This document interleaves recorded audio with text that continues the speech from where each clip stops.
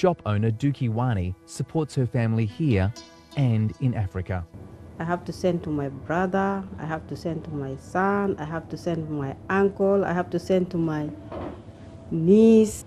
I have to help them. Every month, the small amounts she sends keeps them alive.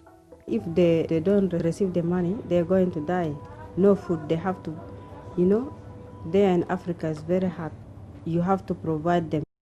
Australians sent more than $10 billion to relatives overseas last year, double what we did a decade ago.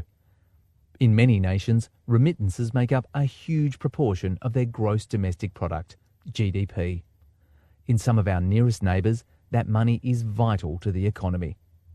Westpac has been hit with the biggest fine in Australian corporate history. Financial crime agency AUSTRAC has slapped Westpac and the Commonwealth Bank with huge fines for not doing enough to stop criminals laundering money and financing terrorism.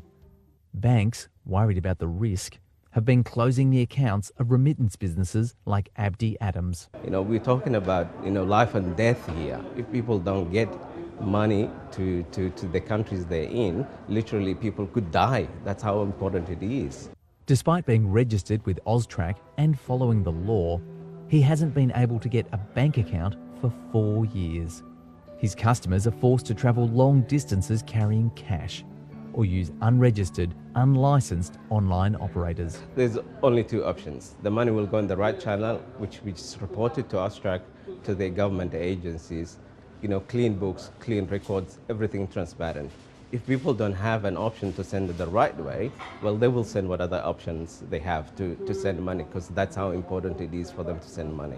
He's even lost the accounts he used to pay his salaries and taxes with.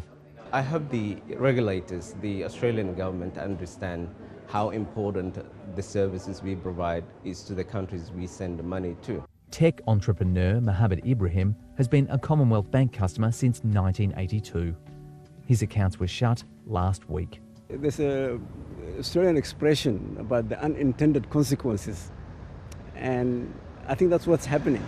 His remittance business sent $1 million a month to Somalia. He's tried 14 new banks and been turned down every time. The authorities are saying you're not doing anything wrong. You have license, you can collect the money. But the bank refused to work with you. We can't force the bank. In a statement, AUSTRAC said banks are responsible for decisions about providing services. Banks have been shutting accounts to reduce the risk of harm and breaking the law. But that means customers have been turning to less reliable businesses in order to transfer money to people who may need it to survive. We don't send like a lot of money, because when you send just little money, it's good, it's very big for them. They can provide food, medicine, and also they help themselves.